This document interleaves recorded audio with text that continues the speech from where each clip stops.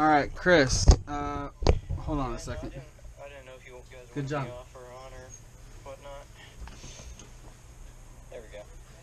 Or here you go, man. Need my insurance also? This video is sponsored by SpaceX. The place to go if you want a rocket or you want to fly to Mars.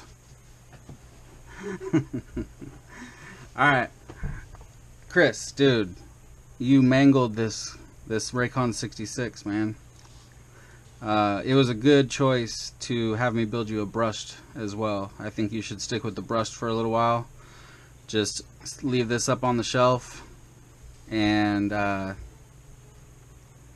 yeah, wait till you have a little bit more experience, I think.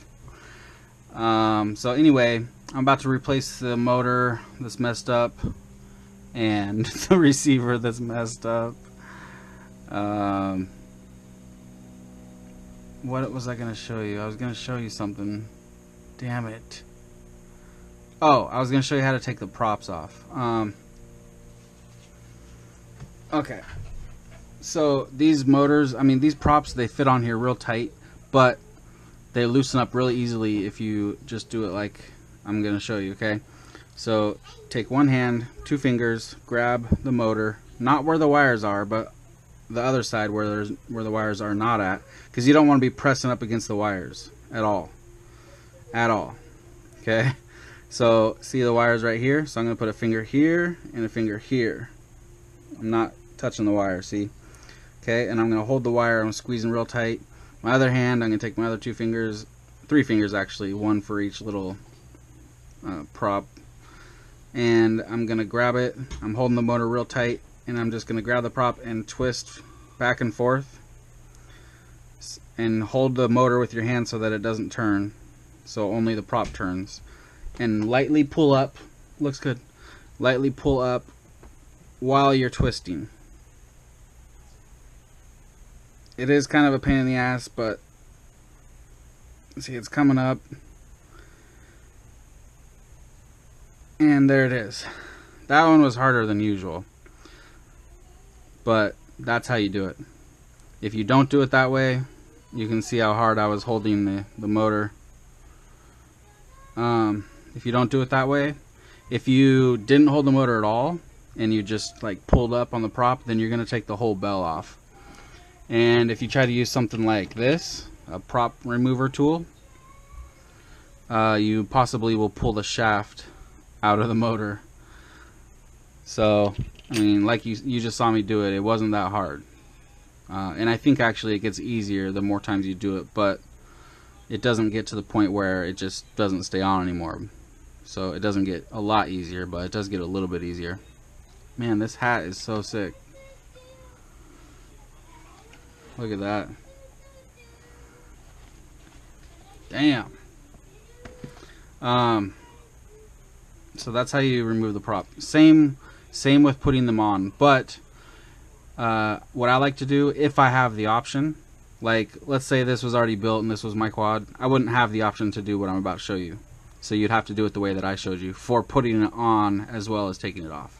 So if the motor's already on here, you're gonna grab it just like I showed you, not where the wires are, stick it on there, and then just twist back and forth while you're barely pushing down until it goes all. And if it gets harder as you go down, if it gets pretty hard, then just leave it where it's at. It should be, you know, down enough. Find something. No, I can't put it on. 1 second, okay. But if the motor's not on a frame yet, like if you're building a quad and you got the motors off, they're not on yet, you can put the prop on the motor before you put it on the frame. And there's a special way that I do this, and I've been doing this for a long time with brushed motors, because you can pop the bottom out of a brush motor and just ruin it. What I do is I'll stick it on, twist back and forth a little bit until it's, you know, kind of hard to do. But actually this one, since it's already been off and on a couple times, it's just going right on. But if it's the first time putting a new prop on, I'll take something that's around the same diameter as this little piece here in the middle, something like this, or even the 1.5 millimeter. Actually, no, the bigger one feels a little bit safer. And then I'll push it down on here, or actually, no, I can just use the table. If the motor wires aren't down at an angle like this and they're almost flat, you can use a table. So I'll show you. I'm going to do it over here.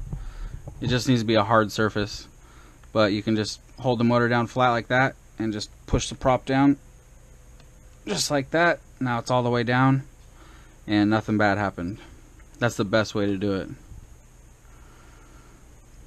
So, alright, I'm going to get this all swapped out, get the receiver swapped out, the motor swapped out, figure out putting the canopy back on. Oh, and that's the other thing too. When you take the canopy off, you really don't want to be taking it off from the top. You don't want to take these 2 screws out at all. It's so much easier to take them off from the bottom and leave the standoffs screwed to the canopy, because it's kind of a pain in the ass to get the standoffs in the canopy. So if you ever need to remove the top, just flip it over and you got 3 screws, 1, 2, 3, and then the whole top comes off. Okay, so I just finished it up. Well, it's not 100% finished because I left the canopy off, because I was going to ask you if you want me to leave the canopy off, so maybe it's easier for you. I don't know. I'm not sure why you took the canopy off when you got it the first time. Because the receiver is sticking out the back here. The bind button is right here. So let's see, if the canopy is on, it's going to be like right there. So the bind button is pretty easy to get to. I mean, you can see it right there. I'm pushing the button right now. You can hear it click. See, you just gently push it down and it clicks. You hear it? Okay.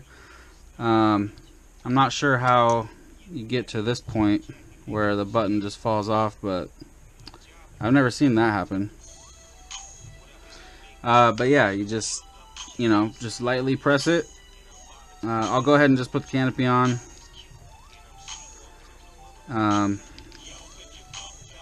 You should be able to get to the bind button, no problem.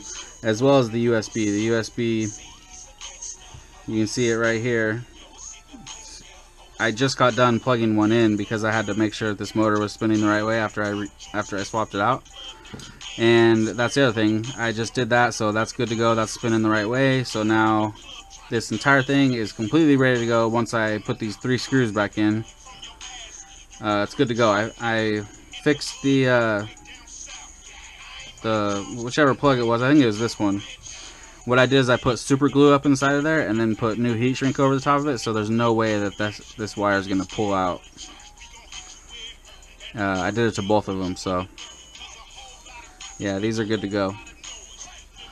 And then your 75 millimeter brushed. Let me grab it for you. I'm still waiting for the canopy and the camera and VTX. I'm waiting for the same one for another guy's 66 as well. For some reason, they're just taking forever from Bold Clash, the canopies from them. They send them free shipping, so you choose the free shipping and it's in the USA, but they use FedEx and it fucking takes forever for some reason. I don't understand it. It's ridiculous. Sometimes it's like 3-4 days, and now this time it's like 7-8 days or some shit, and it's still not here. It's crazy. But here, anyway, here's the 75 millimeter. You can see the difference in size. It looks like it's a lot bigger, but if you put them on top of each other, it's not very much bigger at all. 10 millimeters bigger. I mean, this is a 65 or 66. This is a 75, so it's actually 9 millimeters bigger. But yeah, this thing's gonna be pretty badass. It's got 7 by 20 millimeter motors, which is pretty awesome. The ones that I usually make are the 65 millimeter frame with 7 by 16 millimeter motors. So these are 7 by 20, so they're longer. Gonna get much more power. Plus, it's 75 millimeters, so you got 40 millimeter props instead of 31 millimeter. You can see the difference in size of the props. These are 31 and these are 40. So not only are they that much bigger, but they're much wider. You can see, so damn it. So yeah, much more thrust. And the other thing too is I chose this frame in particular because this frame is very hard to break. It has all these braces and struts in here on every side, and it's just crazy hard to break. Really hard to break. It's really stiff. And then I gave you my fancy battery cable. I forgot what these come with, but whenever I get them I always save them because they're so good. They have these little clips just like how a normal, like a SH plug or whatever, how you can pry the prong up and pull it out, and you slide it in, it clicks in, so it's locked into place. So you definitely won't be pulling these out. And that's the 2.0 connector. So, oh, and the other thing too is these are like 18,500 kV, I believe. So they're gonna be pretty crazy.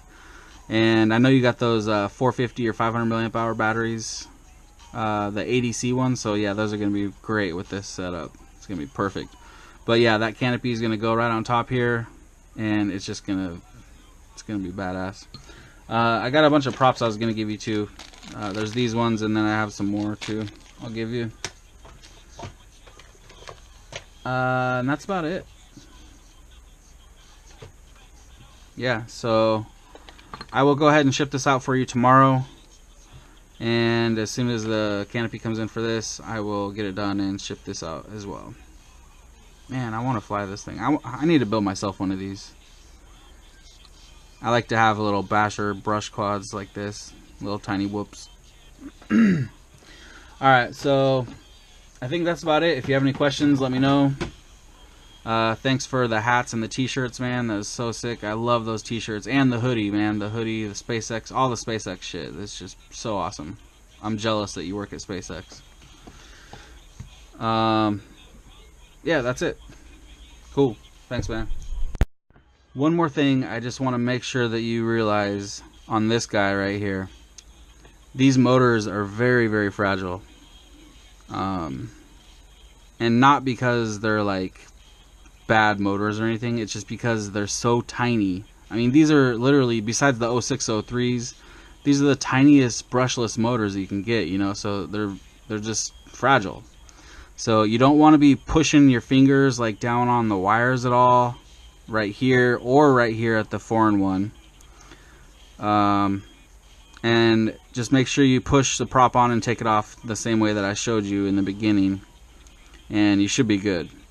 So what I'm talking about with pushing the wires and stuff, like when you're handling it, like when you're going to plug in a USB or anything else, you know, when you're just grabbing onto it, just make sure your fingers aren't pushing down on the wires, and you'll be good. Just be careful with it. Alright, later.